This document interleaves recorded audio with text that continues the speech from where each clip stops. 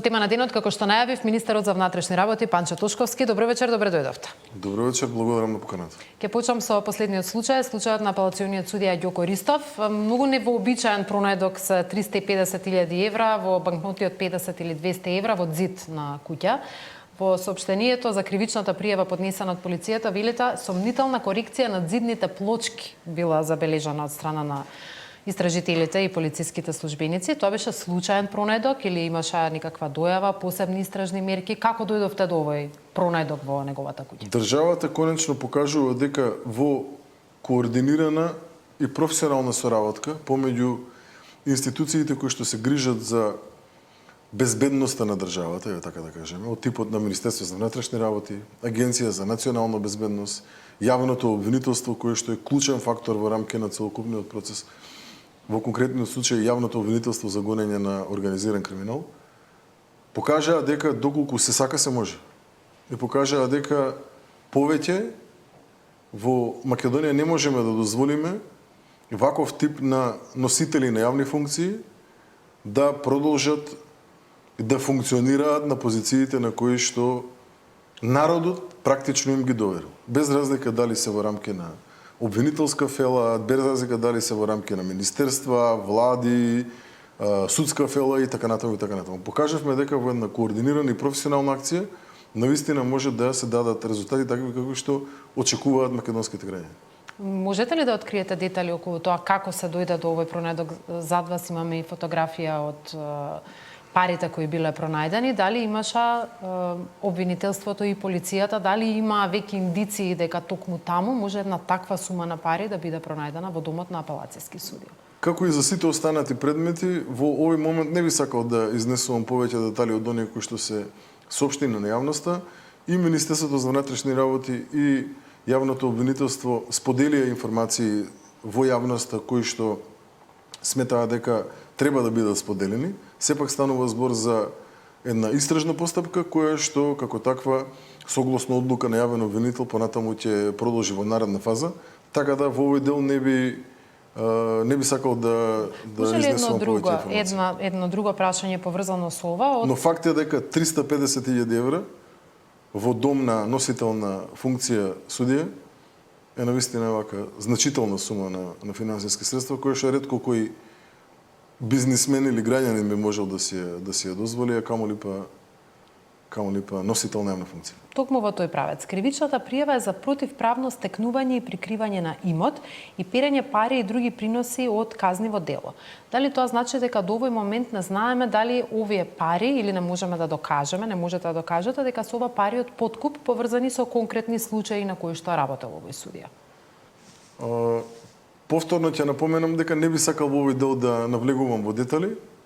Јавното обвинителство за гонење на организиран криминал е оној кој што е носител на целокупниот процес поврзан со оваа истрага, така да сметам дека треба да дозволиме да си ја сработат работата која што треба целосно да ја сработат, за да ги видиме сите оние детали кои што треба да произлезат во рамки на следните чекори кои што ќе ги превземува. Да, секако се очекува утре обвинителството ќе има најави повеќе информации на брифинг, но она што верувам дека би можело, а нема да наруши истрагата, има ли поврзаност помеѓу овој случај и случајот на поранишниот државен правобранител Фетми Стафа и наводно дадениот подкуп од Љупчо Пецов Ѓаволот за ослободување од притвор, бидејќи овој судија бил во судечкиот совет во апелација која донел одлуката? Да дозволиме истрагата да заврши онака како што треба, не би сакал повторно ќе кажам од позиција на министер за внатрешни работи да навлегувам во детали поврзани со предметниот кривично правен настан. Сметам дека доволно информации се споделени со јавноста, фактите кои што се непобитни се изнесени во јавноста, така да почекаме обвинителството да си ја сработи работата во целост. Добро, очигледно дека нема да успеам да извлечам повеќе информации за конкретниот случај, но генерално и перцепцијата на граѓаните дека висок е степенот и присуството на корупција или на непрофесионално работење во правосудниот сектор. Тоа се покажа со неколку предмети кои беа сработени. Пресудата од 3 години затвор за еден врховен судија, едно разрешување поради црната листа на САД, еве сега повторно судија е вмешан во овој случај од сериозни размери. Какви ви се статистиките? Имате ли зголемување на бројот на расчистени предмети кога станува збор за вакви злоупотреби во правосудството, но и генерално во полето на корупцијата, бидејќи сите наши меѓународни партнери со посебен акцент на Европската унија бараат од нас многу поенергична битка со корупцијата во земјата. Видете,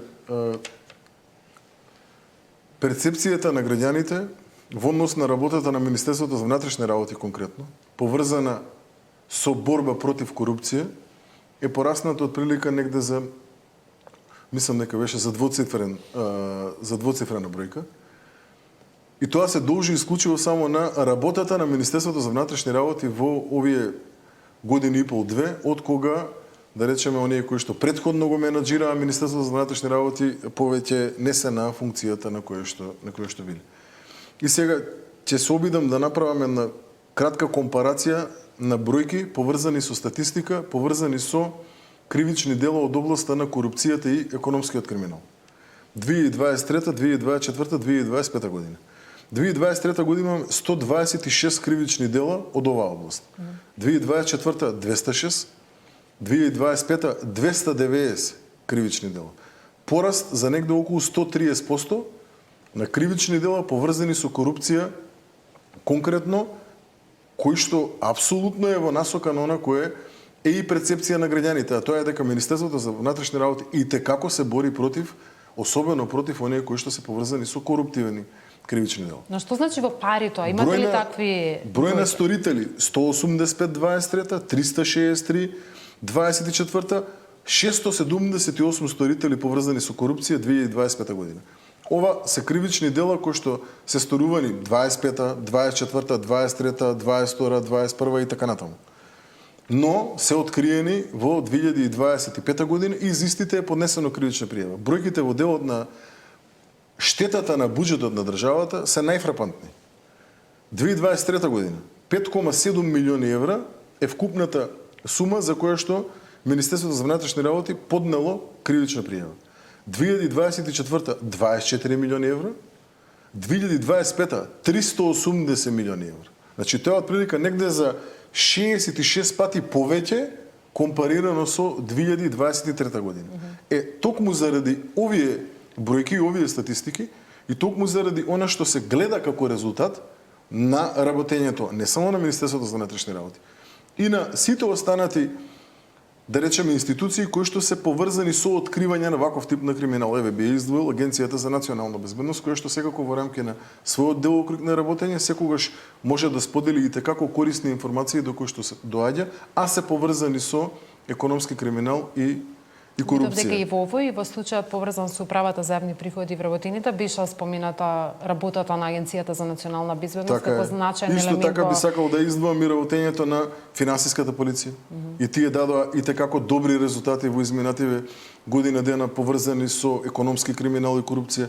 Значи, кога имате еден институционален пристап од скоро сите институции поврзани со борба против корупција и криминал, навистина резултатите на крајот на денот мора да ги видиме. Добро, и ги гледаме. Она што е важно е дали по овие, бидејќи вие зборувате тука за откриени, односно поднесени кривични пријави, дали обвинителството постапувало по најголем дел од овие по сите, каква ви е соработката денес од денешен аспект, бидејќи веќе имате одредено портфолио, не сте кратко време министар за внатрешни работи. Сега, наредниот чекор е тој.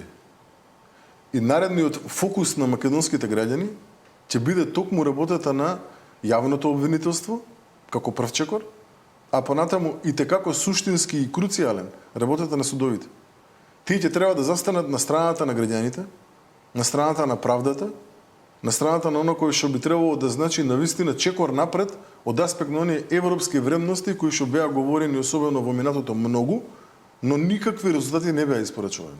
Навистина мене ми е многу драго и би сакал да им се заблагодарам јавно еве на сите полициски службеници, професионалци во рамки на работењето на Министерството за внатрешни работи, кои што и текако дадоа позитивни резултати во изминатиот период. Не само во однос на борба против корупција и економски криминал. Генерално гледано.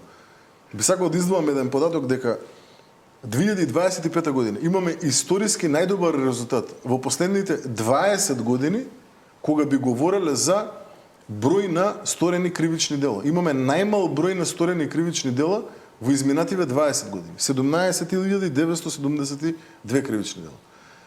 Повторно уште еден историски резултат.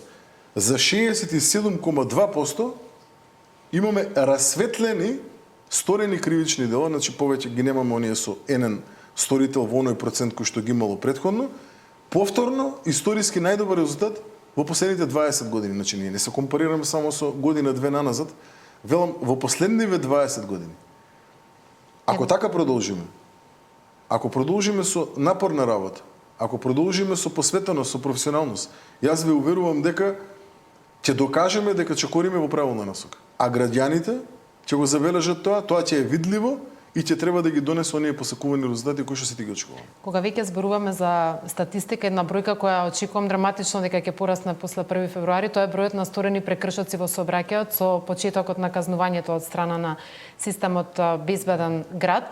Што ви покажа овој тест период? Првите денови имавме фрапантни бројки, 110-115 илјади прекршоци сторени само првиот ден од тест периодот. Се подобри ли сообраќајната култура во останатите денови или сепак сите во 5 до 12 чекаат да почнат навистина да стигнуваат ефективни казни на нивните сметки? Јас јавно сакам да ми се заблагодарам на македонските граѓани, особено на оние кои што управуваат моторни возила на територија на СВР Скопје, заради тоа што докажаа дека без казни, значи без казни, овие месеци и половина од кога е започната употребата на Safe City во така наречениот тест период, немаме казни, успеаја бројот на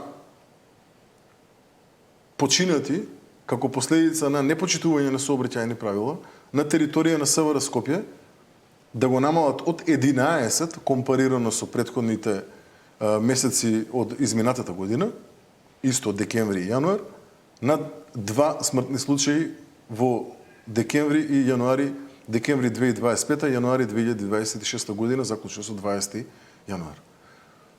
Бројот на повредени лица, како последица на непочитување на сообраќајни правила, компарирано повторно за овие, како ќе дојде, 50 на дена, нели, крај на 2025, почеток на 2026, крај на 2024, почеток на 2025, истите месеци, декември и јануар, е намален за 35%.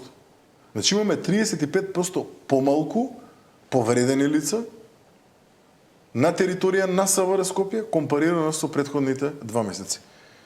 Овие параметри се во насока на тоа дека македонските граѓани знаат да препознаат добар проект, знаат да препознаат проект кој што спасува човечки животи и знаат да се однесуваат достоинствено доколку увидат дека навистина се работи неселективно, посветено и професионално од страна на институциите. И уште еднаш огромна благодарност до секој еден македонски граѓанин кој што јавно кажувам дека спаси човечки живот на територија на СВР Скопје особено, затоа што тука ја гледаме драстичната разлика компарирано со претходните месеци. Навистина, сега за сега 9 човечки животи. Дај Боже да останат така до крајот на овој месец. И дај Боже да ги намалиме бројките драстично во иднина од оваа година. Навистина немаат цена. Добро, ајде неколку практични работи поврзани со системот Безбеден град. На почетокот рековте дека нема да стигнуваат фотографии заедно со казните, освен во случаите кога оној кој ја примил казната ќе ја оспори, односно нема да ја прифати и ќе оди во една прекршочна постапка, но сега можевме да слушнеме дека размислувате за поинаков систем каде на секого ќе му стигнува фотографија заедно со казната. Што е финалното решение и што ќе се гледа на таа фотографија, нешто што верувам дека буквално сите гледачи ќе засека. Вака сега, целта на Safe City не е да казнува. Целта на Safe City е да спаси човечки живот. Целта на Safe City е да имаме безбедна мајка со дете во количка кога преминува партизанска, да кажем. Тоа е целта на Safe City. Целта на Safe City е да зголеми безбедносната култура на граѓаните, а како последица на тоа да имаме колку што е можно повеќе, односно се извинувам, колку што е можно помалку сообраќајни прекршоци, колку што е можно помалку повредени во рамки на тие сообраќајни прекршоци и најбитно се колку што е можно помалку човечки жртви. Таа е целта и од тука тргам. Сега, за да ја оствариме, ние треба да имаме еден кредибилен, релевантен систем кој што ќе треба да го ставиме во функција. Во рамки на одлучувањето, во рамки на сите оние трибини, дебати, разговори, сати, денови и месеци посветени на имплементација и поставување на законско решение за овој проект, утврдивме дека каде ни е вака најслабата карика во рамки на сето ова кој што треба да го имплементираме, тоа е бројот на сообраќајни прекршоци. Значи почнавме од 100.000, сега имаме драстично помалку сообраќајни прекршоци, но повторно тие си и те како голема бројка од она кое што реално значи, може да се процесира. процесира. Дневно, колку прекршоци прават граѓаните? Зависи од тоа дали констатираме сообраќајен прекршок со онаа толеранција од плюс 7, односно од плюс 6, дали констатираме сообраќајен прекршок од плюс 57, да кажеме, како брзина таму каде што е дозволено 50, или од плюс 87 таму каде што е дозволено 80 како пример. Бројките се уште во илјадници, ама се далеку помалку од колку што беа оние првите 100.000, па после тоа имавме негде околу 40.000, па после тоа имавме околу 30.000, па имавме околу 24.000, како просек, да кажам, во неколку дена врзани, сега имаме далеку помалку.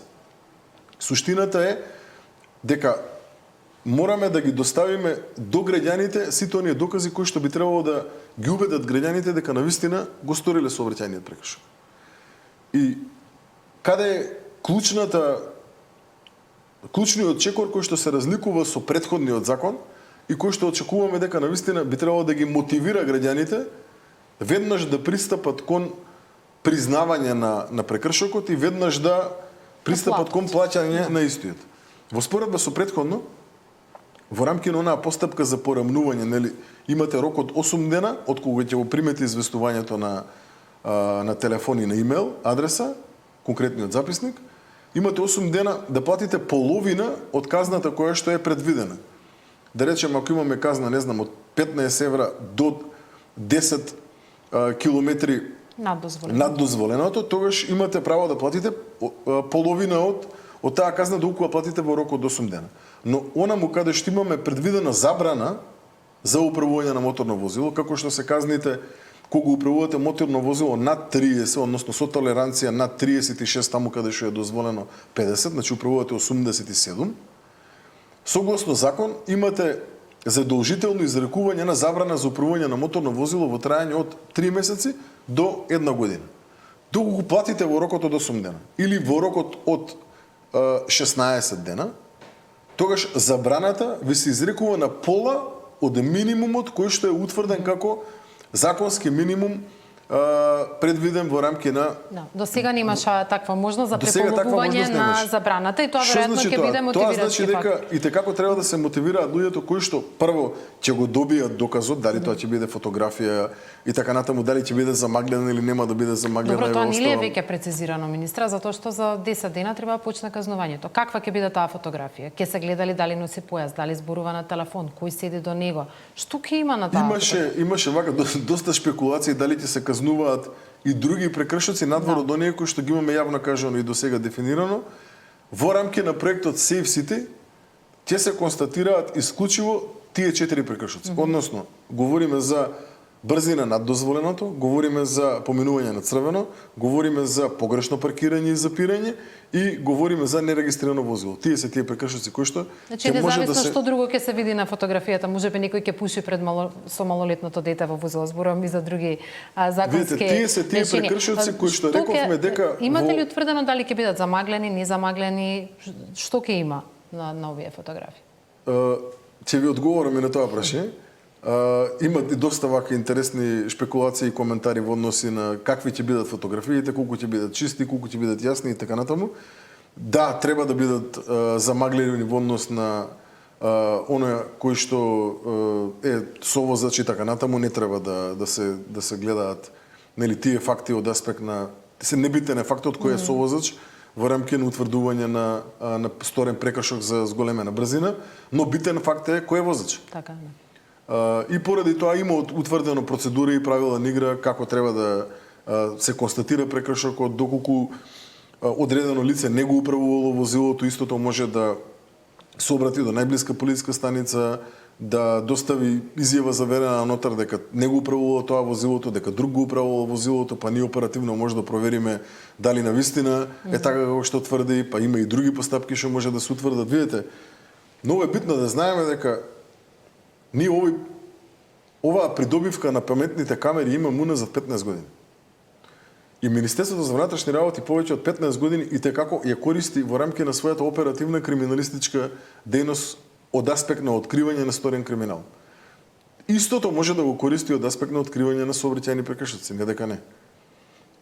И за останати прекршоци, каде што и со други докази, и со други индиции, и со други действија кои што се превземаат во рамки на законските надлежности, ние можеме да дојдеме до соодветна подкрепа со докази за да констатираме и друг тип на прекршок, нели? Или особено па кога би говореле за кривично дело. И како дека ќе ги користиме сите овие камери за конкретни кривични дела кои што се потребни да се откријат. Ќе се улесни ли начинот на плаќање да се поедностави за граѓаните, полесно да можат сите тоа да го го направат?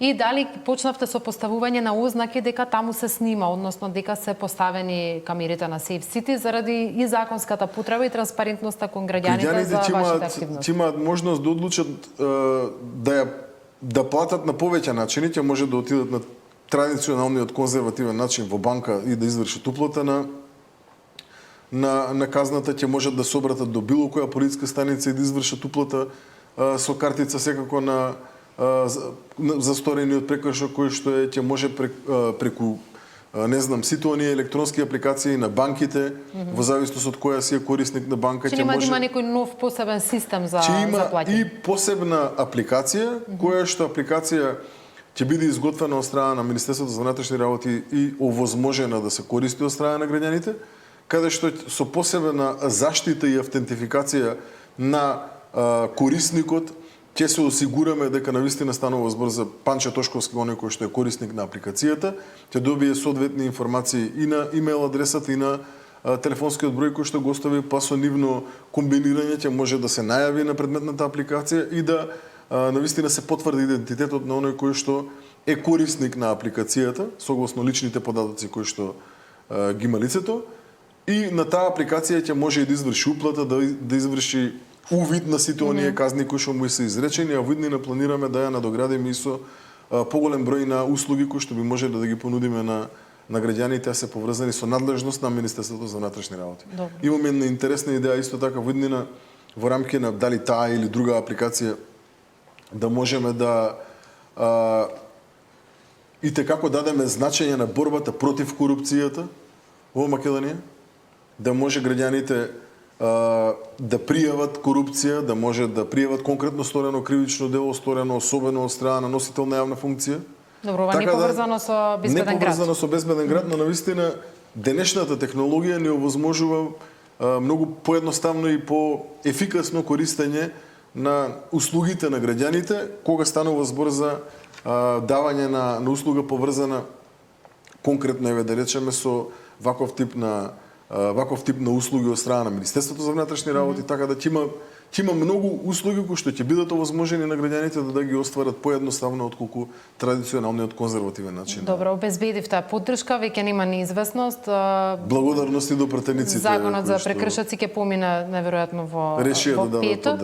Да, но СДСМ се уште нема одлучено или нема соопштено на јавноста дали ќе гласа. Оние резерви кои тие ги изразија кон ова законско решение, би сакала за крај да ги искоментираме. Првата резерва е што ќе се случува со големата количина на податоци што системот ги генерира, имајќи предвид дека ВМРО ДПМН е позната по злоупотребата на податоци од ваква природа, и втората е висината на казните за која сметаат дека треба да се отвори одредена дебата. Кој ќе ги контролира прво податоците дека нема да има нивна злоупотреба? Мене ми е навистина жал. Ова се стави во контекст на техничката влада и низиното уклучување или не? Мене ми е навистина жал што прво јасно и гласно не дадоа поддршка на овој проект. Навистина, ако безбедноста на граѓаните и заштитата на човековите животи за нив не е приоритет, тогаш не знам што би било приоритет за една политичка партија во Македонија. Навистина ми е жал заради тоа што не дадоа поддршка за овој проект. Второ, тезата за злоупотреби и тезата за заштита на лични податоци и тезата за огромен број на информации и така натаму И што ќе прави ВМРО со НЗ? А што правеа тие 8 години назад? Добро, не беше волку развиен овој систем. Не е точно. Не е Исто беше точно. вака. Од аспект на користење на лични податоци, од аспект на користење на бази на податоци, снимки, следење на возила, сето на кое што поврзано со работа на крим полиција и на особено на секторот при СВР Скопје, сите тие работи се работели изминатите 8 години. Што правеа тогаш? Зошто тогаш не ја овозможили на Агенција за заштита на лични податоци да ја отворат врата, како што ми кажаа службениците од таму, и да влезат во рамки на Министерството за внатрешни работи и да се усогласат согласно Законот за заштита на лични податоци и сите оние принципи, правилници, методологии и така натаму, сето на кое што е нужно да се стори за да навистина ја гарантираме заштита на спрема граѓаните, така како што ние сега тоа го правиме.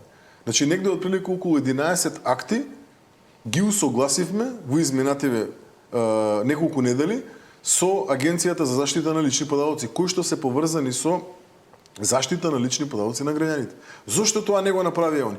Истите работи ги правеле и пред 8 години. Па и пред повеќе години. Што правеа 8 години?